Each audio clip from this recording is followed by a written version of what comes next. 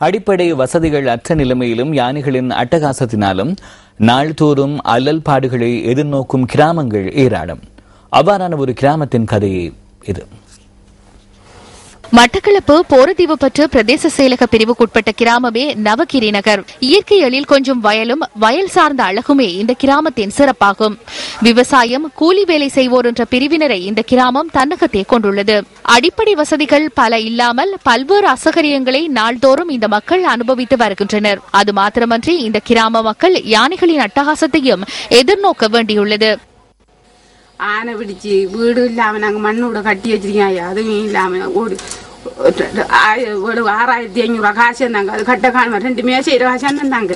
நாங்க முடிய தாவையிலும் போயிருந்தாங்க. ஆனைக்கடை நெருக்கம்தான் வந்து வெட்டி பாக்குறது, விரைச்சுறது, தீனா போறது, லாபம் இல்லாம தீனாப்படுத்திருக்கிறது தான். உங்க லைத்து ஆக்கள் வந்து விரைச்சுறது தான். இப்படித்தான் அதுக்கு என்ன செய்யறையா?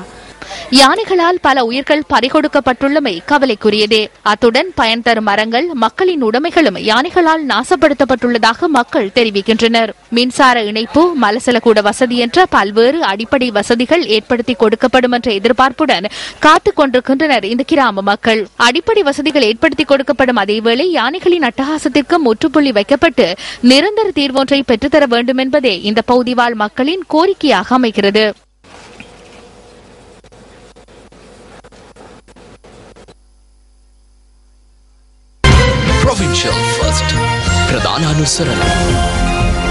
சித்தாலே பலக்பேயாவ இலகுவில் மறக்க முடியாத குடும்ப நிவாரணி. பிரதமர் DM ஜெயரத்ன மீதான குற்றச்சாட்டுகள் தொடர்பில் தாம் அதிர்ச்சி அடைந்துள்ளதாக அஸ்கிரிய பீட மகாநாயக்க உடுகம ஸ்ரீ புத்த ரத்கித தேரர் தெரிவித்திருப்பதாக புத்தசாசன மற்றும் மது அலுவல்கள் அமைச்சு விடுத்துள்ள அறிக்கையில் குறிப்பிடப்பட்டுள்ளது. உடுனுவர மற்றும் உடப்பலாத்த பிரதேசங்களின் பிக்குகள் குழுவொன்று அஸ்கிரிய மகாநாயக்க தேரரை சந்தித்த போதே அவர் இந்த கருத்தினை கூறியிருப்பதாக அமைச்சின் அறிக்கையில் சுட்டிக்காட்டப்பட்டுள்ளது. மேற்கோள் ஆரம்பம். பிரதமர் தொடர்பில் நீண்ட காலமாக அறிந்துள்ளேன். அரசியலுக்காக அவர் பாரிய அர்ப்பணிப்பு செய்துள்ளார். கட்சிக்குள் அவருக்கு சவால்கள் விடுக்கப்பட்ட சந்தர்ப்பங்களில் அவர் தப்பியோடவில்லை. அவர் பணம் சம்பாதிக்க முயற்சிக்கவும் இல்லை. அவ்வாறு தேவையிருப்பின் இதற்கு முன்னர் அதனை செய்திருப்பார். எவரேனும் உதவி கோரினால் எமக்கு அருகில் இருப்பவர்களும் உதவி புரிவார்கள். பிரதமரின் செயலாளரும் அவ்வாறே உதவும் நோக்கில் கடிதம் ஒன்றை வழங்கியிருப்பதாகவே தகவல்கள் கிடைத்துள்ளன. ஆயினும் அந்த செயலாளரும் தற்போது நீக்கப்பட்டுள்ளார். ஒருவர் மீது குற்றச்சாட்டு முன்வைக்கப்படும் போது அது குறித்து நன்கு ஆராய்ந்து பார்க்க வேண்டும். மேற்கோள் முடிவு. ஸ்ரீலங்கா ராமாஞ்ச பீடத்தின் மகாநாயக்கர் நாபான பேமஸ்ரீ தேரரும் இது குறித்து கருத்து தெரிவித்திருப்பதாக அமைச்சு விடுத்துள்ள அறிக்கையில் கூறப்பட்டுள்ளது. மேற்கோள் ஆரம்பம். பல்வேறு பதவிகளை வகித்து தூர நோக்குடன் செயற்படக்கூடிய ஒரு நட்பண்புடையவராக எமது பிரதமர் திகழ்கின்றார். இந்த நாட்டிற்கும் இனத்திற்கும் தீங்கு ஏற்படும் விடயத்தை ஒருபோதும் அவர் முன்னெடுக்க மாட்டார். எமக்கு திடமான நம்பிக்கை உள்ளது. மேற்கோள் முடிவு. வலயத்தின் 5 பெரும் கேந்திர நிலையங்களின் அமைவிடமாக இருப்பதற்கு அரசாங்கம் திட்டமிட்டுள்ள போதிலும் அதற்கான போதிய முதலீடுகள் இதுவரையில் மேற்கொள்ளப்படவில்லை என பொருளியல் நிபுணரும் பேராசிரியருமான சுமனசிறி லியனகே தெரிவித்தார். இலங்கையை அமைவிடமாக கொண்டு வலயங்களுக்கான சேவை கேந்திர நிலையமாகுவதற்கு சிறந்த சந்தர்ப்பம் இருக்கின்ற போதிலும் உரிய கொள்கைகளை உரிய சந்தர்ப்பத்தில் மேற்கொள்ளாமையினால் வேறு நாடுகள் அந்த சந்தர்ப்பத்தை பெற்றுக் கொண்டுள்ளதாக அவர் சுட்டிக்காட்டியுள்ளார்.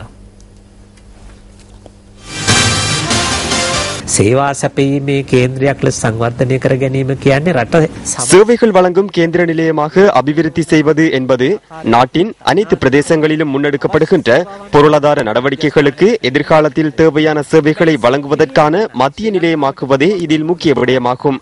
இதனை இலங்கை பெற்றுக்கொள்ள வேண்டுமாயின் துபாய் மற்றும் சிங்கப்பூர் போன்ற நாடுகளுடன் போட்டி போட வேண்டும். நாங்கள் பல கேந்திர நிலையங்கள் தொடர்பாக பேசுகின்றோம்.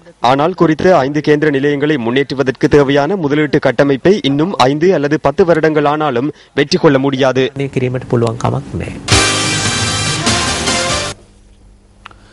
இலங்கையை வலயத்தில் கேந்திர நிலையமாக்குவதற்கு நிலவும் சவால்கள் தொடர்பாக பேராசிரியர் சுமனசிறி லியனகே குறிப்பிட்ட கருத்துக்களை இன்றிரவு 10:45 சுரச தொலைக்காட்சியில் எதிர்பாருங்கள். பெண்களுக்கான நிவாரண கடனுதவி வழங்கும் ஜனசுவய நிகழ்ச்சி திட்டம் இன்று லுலுகம்பெவர ஹெந்தகம மங்கட பிரதேசத்தில் நடைபெற்றது. ஐக்கிய தேசிய கட்சியின் பாராளுமன்ற உறுப்பினர் சஜித் பிரேமதாசவின் தலைமையில் இந்த நிகழ்வு நடைபெற்றது. இதன்போது பென்சல் கொடன மற்றும் கெந்தகஸ் மங்கட ஆகிய பிரதேசங்களைச் சேர்ந்த 82 பெண்களுக்கு நிவாரண கடனுதவிகள் வழங்கப்பட்டது. கொழும்பில் உள்ள மிருக காட்சி சாலையில் அனகோண்டா பாம்பு ஒன்று மற்றொரு அனகோண்டா பாம்பை விழுங்கியுள்ளதாக கடந்த நாட்களில் செய்திகளில் கண்டேன். அந்த பாம்பு விழுங்கிய பாம்பை கக்கியுள்ளதாகவும் கேள்விப்பட்டேன். இதே நிலைதான் இன்று நாட்டிற்கு மேற்பட்டுள்ளது. நாட்டை ஆட்சி செய்பவர்களில் ஒரு பகுதியினர் பொதுமக்களை விழுங்கியுள்ளனர், விழுங்கி கக்கியும் உள்ளனர். தமது சுயநலத்திற்காக திரைசேரி நிதியங்களை அனகோண்டாவை போல் இந்த அரசாங்கம் விழுங்குகின்றது.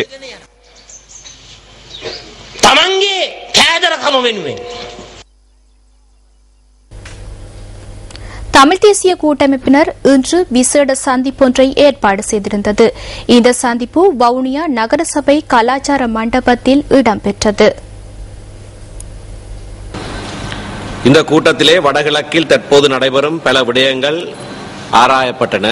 காணி அபகரிப்பு, இராணுவம், பெண்கள் விவகாரம் ஆகியவை குறித்து பலருடைய கருத்துக்கள் பரிமாறப்பட்டன. புள்ளி விவர திணைக்களம் இப்பொழுது சேகரிக்கிற புள்ளி விவர கோவை சம்பந்தமாக பலருடைய கருத்துக்கள் தெரிவிக்கப்பட்டன. இந்த புள்ளி விவர சேகரிப்பை தமிழ் தேசிய கூட்டமைப்பு முற்றாக நிராகரிப்பதாக தீர்மானம் ஒன்றை எடுத்திருக்கிறோம். வலிகாமம், சம்பூர் உட்பட மற்ற பிரதேசங்களிலும் இருந்து வெளியேற்றப்பட்ட மக்கள் மீள்குடியேற்றப்பட வேண்டும் என்று வலியுறுத்தப்பட்டது. இதேவேளை ஜனாதிபதியினால் தமிழ் தேசிய கூட்டமைப்பிற்கு அண்மையில் விடுக்கப்பட்ட அழைப்பு குறித்தும் இதன்போது கருத்து தெரிவிக்கப்பட்டது. ஜனாதிபதி அவர்களினாலே தமிழ் தேசிய கூட்டமைப்புக்கு பேச்சுவார்த்தை சம்பந்தமாக அண்மையில் விடுக்கப்பட்ட அழைப்பு குறித்து கருத்துக்கள் தெரிவிக்கப்பட்டன. தற்போதைய பாராளுமன்ற தெரிவுக்குழு ஒரு நம்பகத்தன்மை அற்ற முறைமை என்பது வலியுறுத்தப்பட்டது.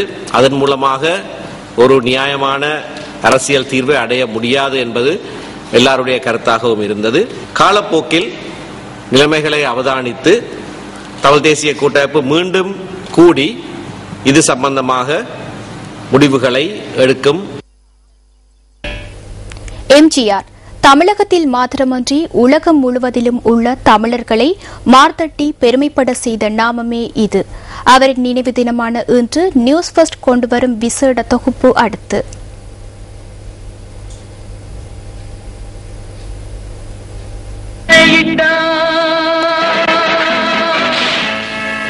ஆயிரத்தி 1917 ஆண்டு கண்டியில் மருதூர் கோபாலமேனனுக்கும் சத்யபாமாவுக்கும் மகனாக ராமச்சந்திரன் பிறந்தார். சட்டத்தரணியான தந்தையின் மறைவுக்கு பின்னர் தாயை காக்கும் உள்ளம் கொண்ட அன்பு தனையன் ராமச்சந்திரன் தமிழ்நாட்டின் கும்பகோணத்தில் குடியேறினார். 1936 சதி லீலாவதி திரைப்படத்தில் அறிமுகமான எம்ஜிஆர் 1947 வெளிவந்த ராஜகுமாரி திரைப்படம் மூலம் தமிழ் திரையுலகில் நட்சத்திர அந்தஸ்தை பெற்றுக் கொண்டார்.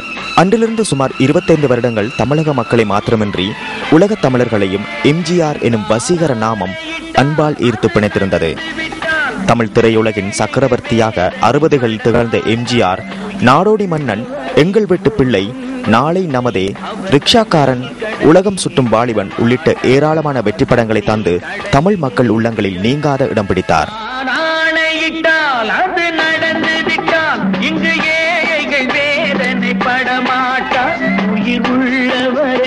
ஒரு துன்பமில்லை, அவர் கண்ணீர் கடலிலே விழமாட்டார், அவர் கண்ணீர் கடலிலே விழமாட்டார். 1971 ஆண்டு எம்ஜிஆருக்கு அகில இந்திய சிறந்த நடிகன் எனும் கௌரவ பட்டத்தையும் மத்திய அரசு வழங்கி மகிழ்வித்தது. காந்தியத்தின் அகிம்சாவாதத்தால் ஈர்க்கப்பட்ட எம்ஜிஆர் இந்திய தேசிய காங்கிரஸ் மற்றும் திராவிட முன்னேற்ற கழகத்தில் இணைந்து மக்களின் சேவையை முன்னெடுத்தார். 1967 ஆண்டு திரையுலகில் நண்பர் ஒருவரால் துப்பாக்கியால் சுடப்பட்ட எம்ஜிஆர் தெளிவாக பேசும் திறனை இழந்த நிலையிலும் மக்கள் சேவை எனும் தனது கொள்கையை இறுக பற்றிக் கொண்டார். காமராஜன், அறிஞர் அண்ணாவின் அன்புக்கு பாத்திரமான எம்ஜிஆர் 1972 ஆண்டு அண்ணா திராவிட முன்னேற்ற கழகம் எனும் அரசியல் கட்சியை ஆரம்பித்து தமிழ் தேசியத்துக்கு புத்துயிர் அளித்தார். 1977 ஆண்டு முதல் 1987 ஆண்டு வரை தமிழகத்தின் முதல்வராக இருந்த எம்ஜிஆர் ஆற்றிய மக்கள் பணிகளோ ஏராளம். நூற்றுக்கணக்கான கௌரவ பட்டங்களை வென்று உலகத் தமிழர்களின் இதயங்களில் நீங்காத இடம் பிடித்த சமூக புரட்சியாளர் 1987 ஆண்டு டிசம்பர் மாதம் 24ஆம் தேதி இன்னுடல் கழிந்து பொன்னுடல் தரித்தார். அமரத்துவம் அடைந்த எம்ஜிஆருக்கு பாரத ரத்னா பட்டத்தை இந்திய மத்திய அரசு வழங்கியது. கடமை, கண்ணியம், கட்டுப்பாடு என்னும் தாரக மந்திரங்களை உச்சரித்து வந்த எம்ஜிஆர் எனும் இதயக்கனி தனது வாழ்நாளில் மாத்திரமன்றி வரலாற்றையும் அர்த்தப்படுத்தியுள்ளதை எவராலும் மறக்க முடியாது.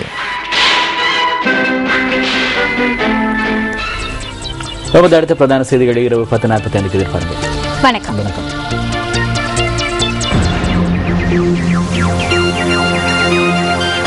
Hotline 0114 896 896 www